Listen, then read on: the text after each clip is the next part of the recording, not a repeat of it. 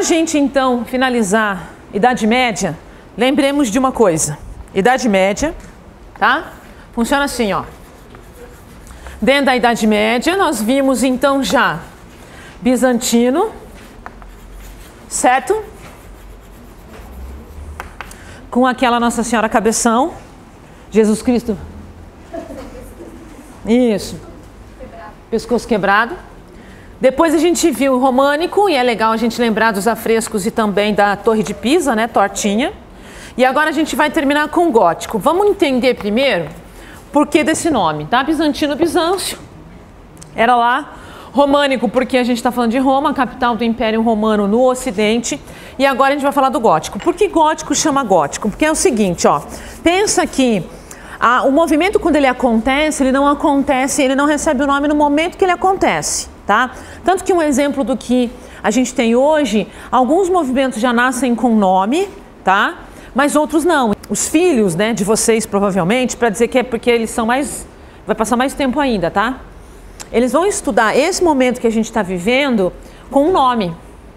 É igual a gente não estuda os nomes na passagem da história. A gente estuda, vocês estudam em literatura também. Vocês estudam história, isso. O Renascimento não surgiu o Renascimento, tá? Esse nome é dado depois. Alguém para e olha para trás, olha para o que já aconteceu e dá os nomes. Investiga aquele período e dá um nome. A maior parte dos movimentos em artes funcionam assim. O gótico é da mesma maneira. O que acontece? Quando eu já saí da Idade Média, que o próximo movimento aqui é o Renascimento, aqui no Renascimento, ó, vai ter um cara chamado Vasari. Renascimento, tá? Não é essa data, mas eu vou colocar uma para poder ter referência na literatura. Eu vou botar aqui, ó, 1500. Tá? Mas ele já começa em 1300. Tanto que vocês têm lá 300, 400, 500. Mas eu vou botar 1500 para vocês poderem fazer a referência depois com a literatura, tá? Então aqui no Renascimento, ó, já passou o gótico, já passou isso aqui. Tinha um cara que se chamava Vasari. Estudioso, tá? Estudioso pra caramba de artes, artista inclusive, tá? Tanto que tem uma história para vocês. Pediram para ele fazer um painel num palácio, e quando ele chegou lá, o painel que foi destinado para ele tinha um painel do Leonardo da Vinci. E aí ele olhou aquilo e falou assim, imagina, né, Leonardo da Vinci contemporâneo dele, imagina que eu vou pintar em cima do painel do Leonardo da Vinci. Aí ele mandou construir um murinho, bem rente, que ficou assim, tipo um dedo, entre uma parede, entre o mural dele e a parede que ele mandou construir.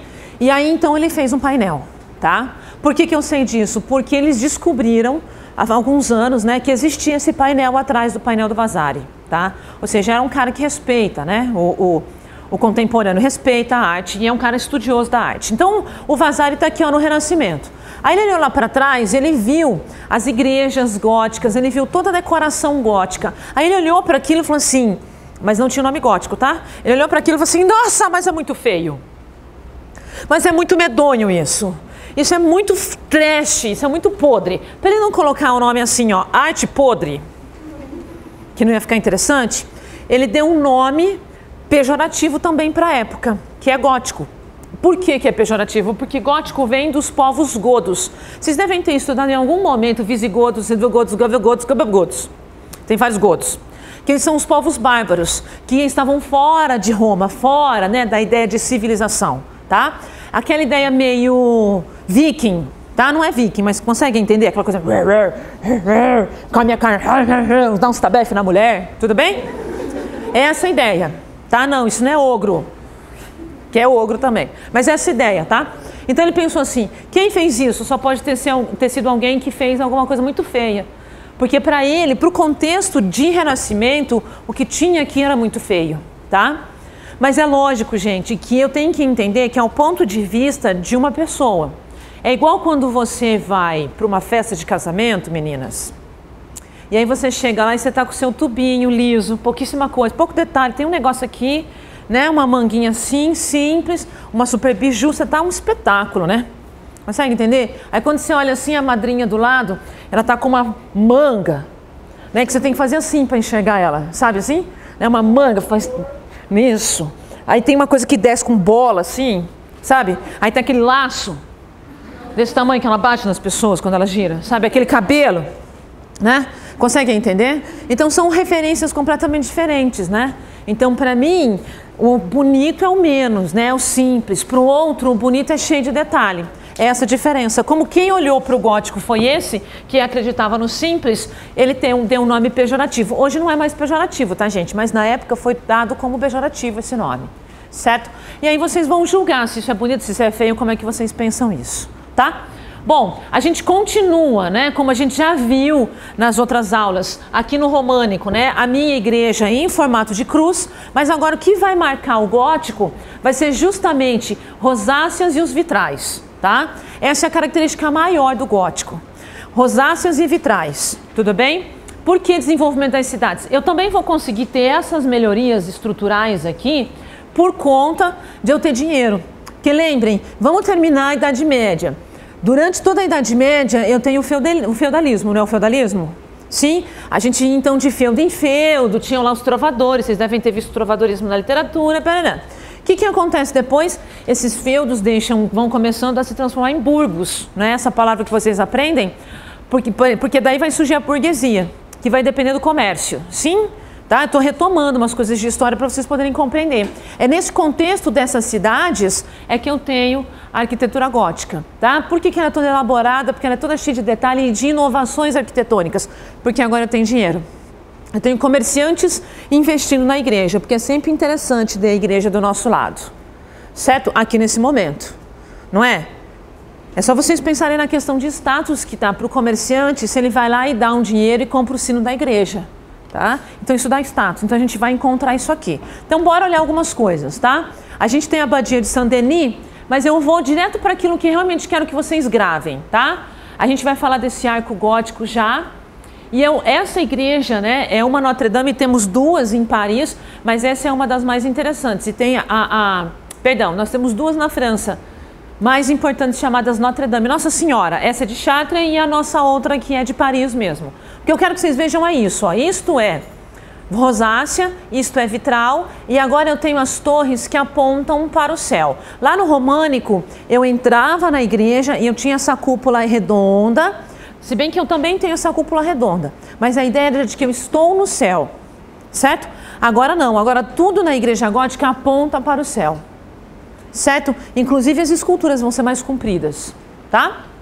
Vamos dar uma olhada, olhem toda essa estrutura, tá? Que a gente vai ter então nessa mesma igreja. Os amiguinhos da arquitetura fiquem bem felizes, porque eles vão ter que saber todos os nomes bem detalhados que existe aqui. Ó, continuamos com a igreja em cruz, né? Da mesma maneira, e aí a gente tem algumas informações inovadoras. O que é mais inovador na igreja, que a gente tem que pensar e lembrar disso na igreja gótica, porque volta e meia se pede isso na prova, é essa estrutura aqui, tá? Esse arco botante. Por que ele é importante? Porque vamos lembrar, até o românico as paredes eram muito largas, certo? As janelas estreitas para poder dar sustentação para aquela cúpula gigantesca. Tudo bem? Agora o que eu faço? Como eu quero decorar com vitrais, com muito vidro colorido, eu tenho que ter paredes mais finas. E aí eu vou fazê-las mais altas. Para isso, eu tenho que ter essa estrutura aqui, ó. Tá? O arco botante. Eles criam um arco botante e uma outra estrutura lá de fora para dar essa sustentação. Então aquela paredona mais larga vai ser o contraforte. Tá? Aí eu vou ter essa estrutura que vai dar sustentação para essa parede mais fina, onde eu vou colocar os vitrais, a rosácea. Conseguem compreender? Eu só consigo fazer essa melhoria justamente por conta de ter grana. Ah, outra coisa que a gente vai ver também são as gárgulas. A gente vai entender para que elas servem e onde elas estão, tá? Deixa eu voltar aqui um minuto para vocês perceberem. Ó, esse aqui é o contraforte, tá? Então ela vai ter uma estrutura mais larga aqui para poder dar sustentação para essa parede ser mais alta. Certo? Tá? Para eu poder fazer coisas mais interessantes com a igreja ainda. Beleza? Arco botante, ele é extremamente importante. Aí que vem, né? Por que que os renascentistas acharam que isso era horrível? Porque para os renascentistas a ideia é um templo grego. Puro e simples. Aqui eu tenho detalhes em todos os cantos. Reparem, em todo lugar que você olhar, você tem decoração. Tá? Sobe a coluna, tem uma estátua, daí desce, tem um animalzinho, tem o tempo todo. Isso para os renascentistas era podre, era sem graça, era, sabe? Para que esse monte de coisa, tá? Por isso eles vão dar esse nome pejorativo, certo? Ainda na de Chartres, elas são muito parecidas, as catedrais, tá?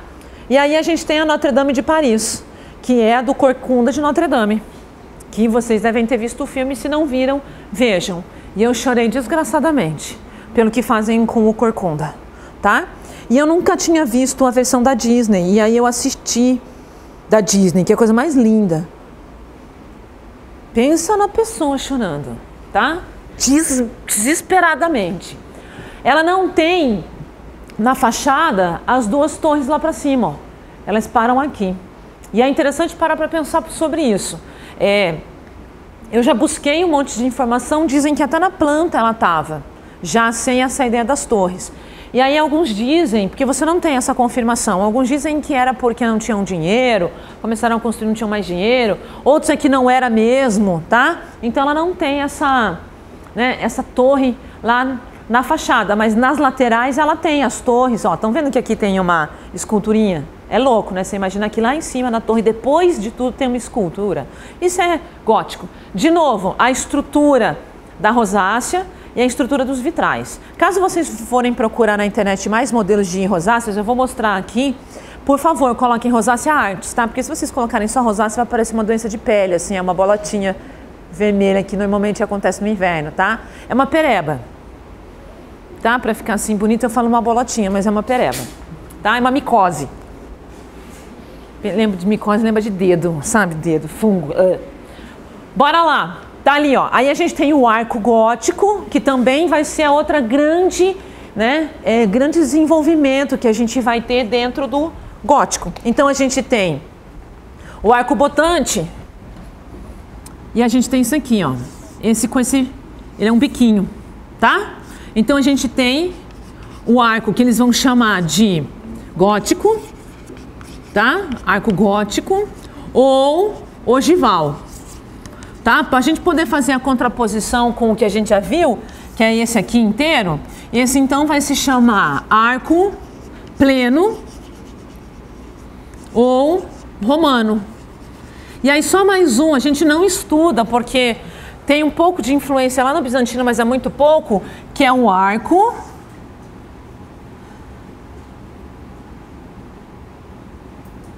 teta de nega. Mentira. Você ficou até torto aqui, ó. Que coisa horrível. Tá? Não é teta de nega, não. O nome desse arco é otomano. Mas não precisa. Tá? Vocês precisam de saber esses dois aqui. O ogival, que ele tem uma pontinha, é porque lembra, né? Já comeram o doce? De caixa, né? Impossível comer um só. Tá? Uma delícia aquilo. Então você consegue entender essa...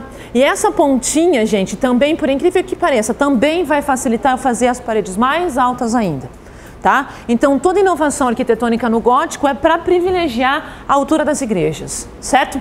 Continuando, tá? Portal todo cheio de decoração, tá? E aí a rosácea, que é a marca maior. A rosácea, gente, ela é toda uma estrutura de ferro. Uma rosácea dá quase metade dessa sala, só para vocês terem uma noção do tamanho, tá? E a importância dela é que ela vai não só iluminar o interior da igreja, porque ela tinha nos quatro cantos, lembra que é uma cruz? Sim? Quem que faz assim? Não tem um cara, é o Tiaguinho? Cruz, eu falo cruz, tá? Então eu tenho os quatro cantos, né? As quatro pontas. Nas quatro pontas eu tinha rosácea.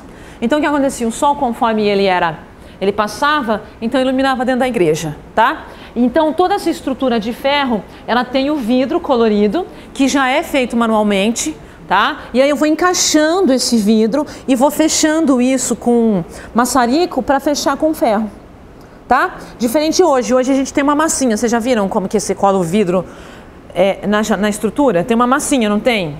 Vocês colocavam o dedinho na massinha? Uma delícia aquilo. Não é para pôr o dedo. Que dor, né? Aí que você coloca mesmo, tá? É um trabalho, além de difícil, caro, tá? E por isso que é uma estrutura que, apesar de belíssima, ela não continuou para o restante da humanidade, né? Como uma influência pesada na arquitetura, como uma forma de decoração. E, infelizmente, essa é a visão externa que você tem de uma rosácea, e essa não é uma das maiores. A visão interna... Posso apagar a luz? Posso apagar a luz? Para vocês poderem ver, tá? Eu quero que vocês fiquem olhando lá. A ideia é essa, tá? De propósito, a escuridão. Pena que eu não tenho uma coisa 3D, tá? Aí, ó, essa é a visão interna. Aí eu queria que vocês imaginassem que tá saindo esse raio todo cheio de luz aqui, ó. Estão vendo? Sim ou não? Tá? Ó, né? Imagina esse raio, esses raios coloridos entrando aqui. E isso era tão interessante que o padre aproveitava essa ideia para dizer que era a presença do Espírito Santo. Gente, nem que você não quiser ir na igreja, é só de ficar olhando aquilo, não é? Já é um espetáculo, tá? Então eles também, o padre acabava utilizando o recurso da rosácea para, não que ela foi feita para isso, tá? Mas aproveitava no discurso dele, olha, prestem atenção, é a presença do Espírito Santo, né? Que é... Vamos de novo, vou fazer de novo, fazer bonito agora, ó. Irmãos, para de rir que eu tenho que ficar séria. Irmãos, é a presença do Espírito Santo que está aqui. Orar, irmãos. Amém. Aí cada um reza como é, cada um tem sua fé aí, tá? Então isso é genial, né? Eu pelo menos acho assim lindo. Luz? Não, tem que voltar para a luz, gente, não tem jeito. Volta para a luz, tá? Senão vocês vão dormir. De uma outra, mesma rosácea, mas agora um outro sol, porque a gente sabe que o sol não é sempre o mesmo o dia inteiro e o ano inteiro, né? E aí, para vocês poderem fazer a distinção entre rosáceas e vitrais, a imagem está desfocada, mas é só para vocês entenderem. Rosáceas são os vitrais coloridos e vitrais é em formato de janela mesmo, tá bom? Aqui na Catedral de Maringá a gente tem vitrais, sim? Naquela parte, né, triangular que a gente tem nas laterais, tá? Só assim, para vocês entenderem, eu vou usar lá cádmio, cobalto, ouro, muitas vezes. O vidro, que é feito em... Não sei se vocês já viram, mas o vidro ele não nasce pronto, né? Ele vem de uma coisa... A ideia da areia, e aí eu tenho isso bastante mole, né? Vira um caldo, tá? O vidro vem daí, certo? Ah, esse tem no Shrek, assistindo o Shrek? Eu não sei qual deles, mas ele quebra assim daí. O dragão? Olha lá, assistiu. O dragão que entra, aquele dragão fofo que gosta do burrinho. É, esse mesmo. É lindo, tá? Esse mesmo. Gente, os desenhos animados em geral, fica a dica, tá? Eles fazem um trabalho de reconstituição de época espetacular, tá? Então, se vocês tiverem oportunidade para assistir, assim... Eu sei que todo mundo fala assim que desenho animado é de criança. Não é não, tá? Não é não. Tem coisa que é adulto total, só entende quem é adulto, tá? Então, assim, eu amo desenho animado. Agora, minhas sobrinhas cresceram, eu tô meio pobre, assim, de desenho animado, porque eu inventava que eu ia por causa delas, né? Agora não dá mais. Aí eu vou por causa de mim mesmo. Outros vitrais, tá? E a gente vai entrar na escultura. Dentro da escultura, obviamente que a gente já falou sobre isso, ó. Na Idade Média, qual é o objetivo maior? Ensinamento religioso. Então, até na escultura eu tenho que ter isso. Para eu poder ensinar a população que é, né, ignorante, que não tem conhecimento, eu tenho que ter um reconhecimento fácil, tá? Eu vou começar pelo mais legal, tá? Aqui não tem um objetivo de passar uma historinha, nada disso. Aqui é a quimera, que vocês conhecem, porque na história do Corcunda de Notre Dame, são os amiguinhos dele, que andam assim, ó. Né? Eles não andam assim, é legal, que daí de repente eles... Né? Porque eles são as quimeras. O que é a quimera? Tá lá, ó. Figura grotesca, um tipo de escultura, né? Ele não funciona como que a gente vai ver o próximo, tem uma função artística de ornamentar a igreja, mas também acabaram dando para elas, né, para as quimeras, uma outra função, uma função mais psicológica, né? Diziam que elas serviam, eu estou falando elas porque são as esculturas, tá? As quimeras, mas isso aqui parece um diabinho. Tá? Que diz que eles assustariam aqueles espíritos ruins que quisessem entrar na igreja, por isso que eles são tão feinhos. Porque o espírito ruim, a gente imagina uma coisa feia, né? Aí ele vai entrar na igreja, daí ele vê a quimera e diz assim, ui, não vou entrar aí não, porque esse bicho é muito feio. Consegue entender? É meio que a ideia de proteção da igreja, tá? Quimera, gente, só tem essa função de ficar lá, ó, paradinha, bonita, tá? E aí ela é maciça e não acontece nada aqui dentro. Vocês já vão entender por quê. Porque aí sim eu tenho, né, o que a gente vai chamar lá de gárgula. O que é a gárgula? A gárgula é nada mais, nada menos que a calha da tua casa. Quem mora em casa não tem calha? Que às vezes entope, agora com essa chuva deve ter entupido, vaza na parede, é bem legal. Né? Uma vez aconteceu isso, eu falei assim, mãe, o que está acontecendo? Minha casa está acabando. Ela falou assim, não, filha, foi a calha que entupiu. O que eu faço? Vem dormir aqui, né? Você está com medo, porque escorria água assim, sabe filme de terror que escorre água assim? Da parede, pingava de dentro da lâmpada. Dá uma coisa, né? Você vem dormir em casa. Funciona assim. A água da chuva bate aqui, cai aqui dentro, escorre lá, passa lá por dentro e sai pela boquinha. Oh, que lindo! Eu queria um desse na minha casa, 2 assim, ó. Imagina, daí ninguém ia se atrever a assaltar minha casa. Aí bota um caldeirão preto no meio do quintal, tá ótimo. Aí você mora uma bruxa. Mas aí voltava o gato, porque gato preto não vai dar pra ter, mas eu tenho uma pincher preta que tem a mesma função, tá? Mais ainda, né? Então vejam, porque quem tem pincher sabe do que eu tô falando. Reparem no seguinte, hoje, gente, essas 2 estruturas têm o mesmo nome, tá? Mas olha só que interessante, elas têm funções completamente diferentes. Só que como elas caíram de uso, né? Hoje, quando você for estudar sobre isso com mais profundidade, você vai ver que todas elas são chamadas de gárgulas, tá? Não vai aparecer quimera, tá? Isso é um mal da humanidade, né? A gente vai simplificando tudo, tudo bem? Mas eu acho assim a coisa mais fofa, tá? Lindo. E aí a gente tem as esculturas, aqui é só um para vocês perceberem como é fácil de reconhecer. É só você olhar para isso. Você consegue reconhecer quem é essa figura e quem é essa figura? Consegue, óbvio. Né? Você consegue perceber aqui que eu tenho anjinho, olha lá, a auréola, asinha, certo? Aí eu tenho aqui, olha que fofo, o diabo. Eu falo fofo porque eu adoro esse detalhe desse rabo enroscando na perna do outro. É muito bom isso, né? Tá? E aí, reparem, né? Eles estão fazendo alguma coisa aqui, ó. Provavelmente, né? Bora pesar aí, ó. O que você andou fazendo na vida? Né? Ó, esse aqui já tá indo, ó. Olha ele levando. E olhando para você, dizendo assim, espera aí que eu já volto te buscar. Não, olha lá. Tá? Ó, só deixa eu fazer uma recordação aqui. Quem assistiu o Alto da Compadecida, o filme, tá? Tem o ator que faz então o diabo, lembra? No julgamento. E volta e meia tem um efeito especial que ele tá falando como ser humano e ele vira. E ele faz uma cara... É bem parecido com isso aqui, ó. É bem próximo isso aqui. A cara que ele faz. Tá? Aí até que eles falam, nossa, que cheiro de enxofre, tá? Tem que assistir ao da Compadecida, gente, é tudo de bom. Então vejam, eu não preciso de ter muito conhecimento, né, para poder interpretar isso aqui.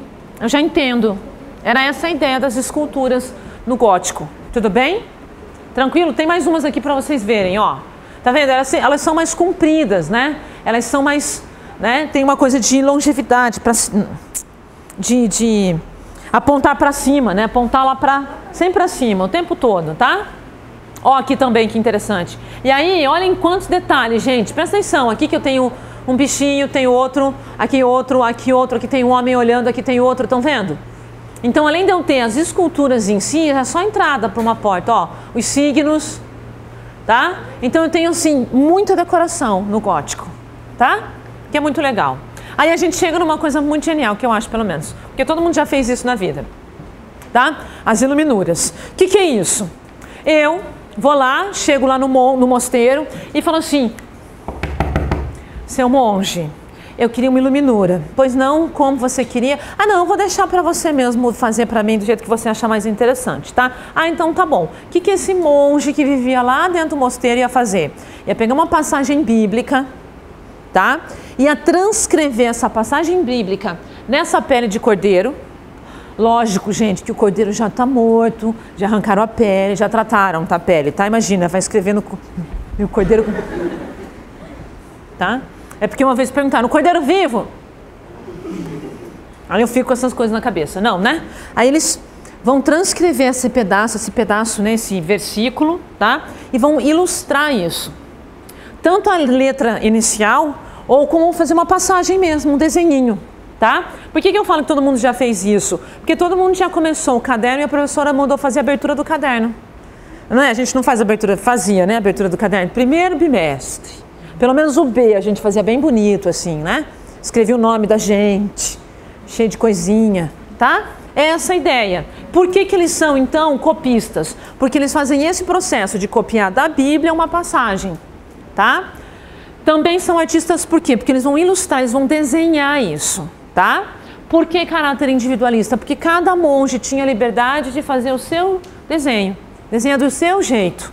Por isso é individual, tá? E por isso também acaba influenciando outros pintores. Ou seja, eles começam a perceber a autonomia do artista, tá? A liberdade de poder desenhar. E enfeitavam isso com ouro, com pedrinhas de ouro, tinha pó de ouro na tinta, tá? Era um trabalho riquíssimo que a Igreja Católica também vendia. Então, normalmente as pessoas compravam para si mesmas ou então para dar de presente, tá? Eu aceito uma. Original, óbvio. Vocês vão ter que achar um mosteiro e um monge que ainda faça esse tipo de coisa, tá? Imagina que tudo. Reparem, esse é um para vocês poderem perceber. Tem lá a escrita e aí tem o desenho.